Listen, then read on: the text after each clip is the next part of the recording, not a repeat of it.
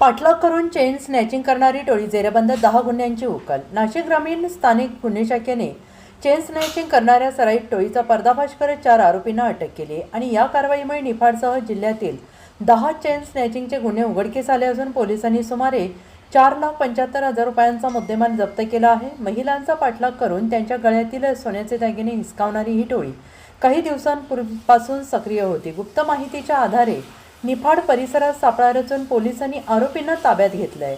या चौकशीत नाशिक शहर आणि ग्रामीण भागातील विविध ठिकाणी त्यांनी चेन स्नॅचिंगसह इतर गुन्हे केल्याची कबुली दिली।